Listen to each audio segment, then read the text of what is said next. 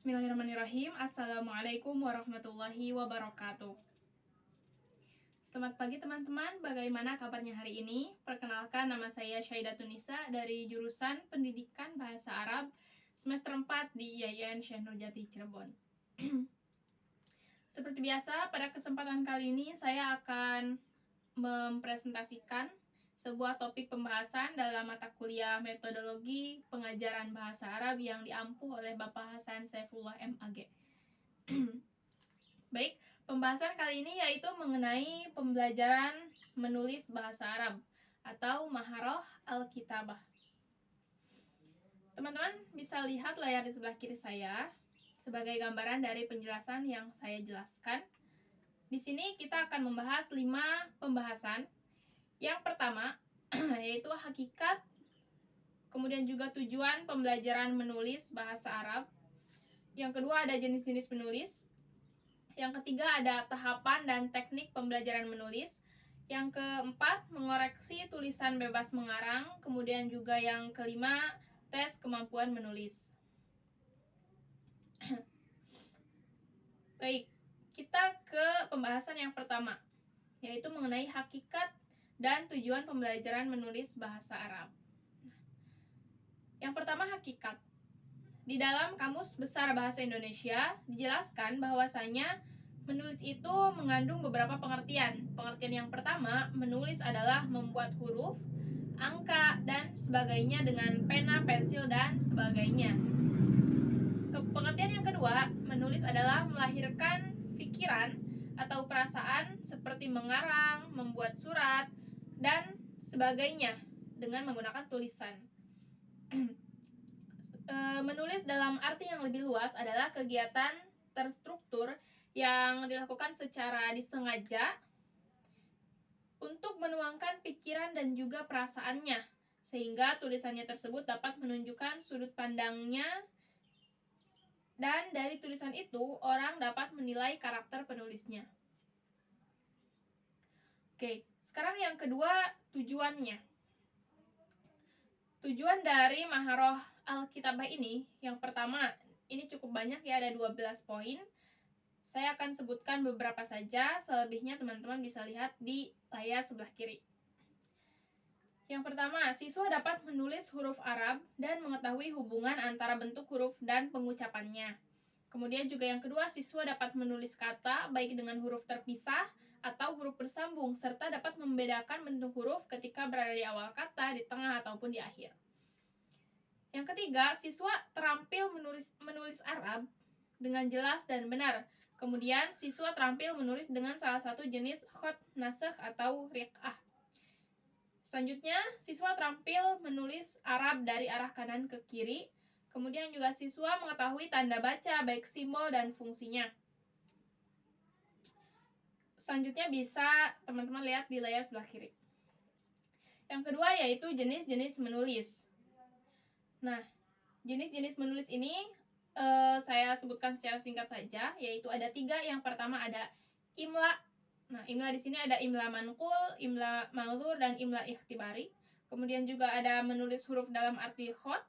Kemudian juga yang ketiga ada insya atau mengarang, baik mengarang terpimpin ataupun mengarang bebas. Nah, kemudian ada juga pembagian menulis selanjutnya. Yang pertama ada menulis praktis fungsional. Menulis jenis ini berkaitan dengan kebutuhan komunikasi dan administrasi formal. Karakteristik tulisan fungsional ini diantaranya kosakatanya sederhana, kemudian tidak mengandung pengertian ganda, menghususkan gaya ilmiah yang mudah dicerna, kemudian juga tidak memerlukan bakat khusus. Nah,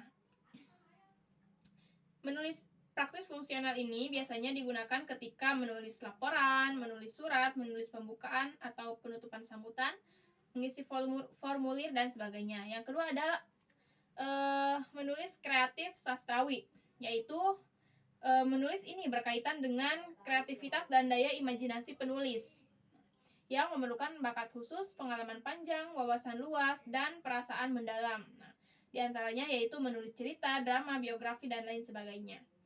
Kemudian yang ketiga, menulis kreatif fungsional. Nah, jenis menulis ini merupakan perpaduan antara keduanya, yaitu tadi yang 1 dan kedua. Nah, contohnya ini adalah seperti menulis makalah, menulis komentar, menulis teks ceramah, dan sebagainya. Yang ketiga, tahapan dan teknik pembelajaran menulis. Tahapan menulis ada 6, di sini disebutkan. Yang pertama ada tahap pra-menulis atau persiapan. Yang kedua ada menulis dalam arti rosm al-huruf. Yang kedua ada imla manqul. Yang keempat ada imla ma'dzur. Yang kelima ada imla ikhtibari. Dan yang keenam ada menulis dalam arti mengarang atau insya. Nah, di sini ada tahapan insya yang terdiri dari 2 tahap. Yang pertama yaitu insya muwajjah dan yang kedua adalah insya hur. Untuk penjelasannya bisa teman-teman baca di layar sebelah kiri. Pembahasan yang keempat yaitu mengoreksi tulisan bebas atau mengarang. Nah, dalam pengoreksian karangan bebas ini, guru bisa memilih salah satu dari 2 alternatif. Alternatif yang pertama yaitu membidik semua kesalahan. Jadi, guru harus benar-benar cermat dan mencari kesalahan tulisan siswa. Kesalahan itu kemudian diberi tanda dan diberi contoh yang benar di atas atau di bawahnya. Jadi dikoreksi secara langsung oleh gurunya. Kemudian yang kedua ada menseleksi beberapa kesalahan. Jadi tidak seluruh kesalahannya. Nah, jadi menseleksi beberapa kesalahan ini juga dapat menumbuhkan rasa percaya diri siswa dalam kemampuan menulisnya. Sedangkan cara yang pertama itu justru dapat menghambat rasa percaya diri siswa, sehingga siswa itu hanya bergantung pada guru. Kemudian, dari sisi cara pengoreksian karangan bebas, ada 2 hal juga yang mungkin dilakukan. Yang pertama ada pengoreksian atau pembetulan secara rinci. Seperti tadi, dalam hal ini guru langsung memberikan contoh yang benar dari kesalahan-kesalahan siswa. Kemudian yang kedua adalah pengoreksian dengan simbol. Guru menggarisbawahi kata yang salah, kemudian di atas atau di bawahnya memberi simbol tertentu untuk menunjukkan kesalahannya. Kemudian yang ketiga adalah pembetulan gabungan. Dalam hal ini, guru langsung memberikan pembetulan atas kata-kata yang salah dalam tulisan siswa. Kadang hanya memberikan simbol saja pada kesalahan yang lain. Nah, yang terakhir adalah tes kemampuan menulis. Sebagaimana tadi diketahui bahwasanya menulis itu terdiri dari 2 tingkatan, yaitu menulis dalam arti ros al-huruf atau menulis dalam hanya menulis hurufnya saja gitu. Kemudian juga menulis dalam arti menuangkan gagasan atau mengarang. Nah, menulis yang pertama, yang tadi ros al-huruf, itu memiliki tujuan atau diarahkan ya, tesnya itu diarahkan pada kemampuan siswa. Yang pertama untuk kelancaran menulis, yang kedua kejelasan tulisan, yang ketiga keakuratan tulisan sesuai dengan kaidah imla dan jenis khot, yang keempat kerapihan tulisan, dan yang kelima penggunaan tanda baca. Sedangkan menulis jenis yang kedua yang tadi dalam arti menuangkan gagasan atau mengarang, tes atau penilaian diarahkan pada kemampuan siswa untuk menuangkan gagasan. Kriterianya yaitu pengujaan ejaan termasuk kaidah imla dan jenis khot, pemilihan kata, penggunaan struktur kalimat, penerapan tata bahasa, dan dapat dilihat dari aspek non-kebahasaan, yaitu akurasi, isi, kerapihan, kelengkapan, keruntutan, dan lain sebagainya.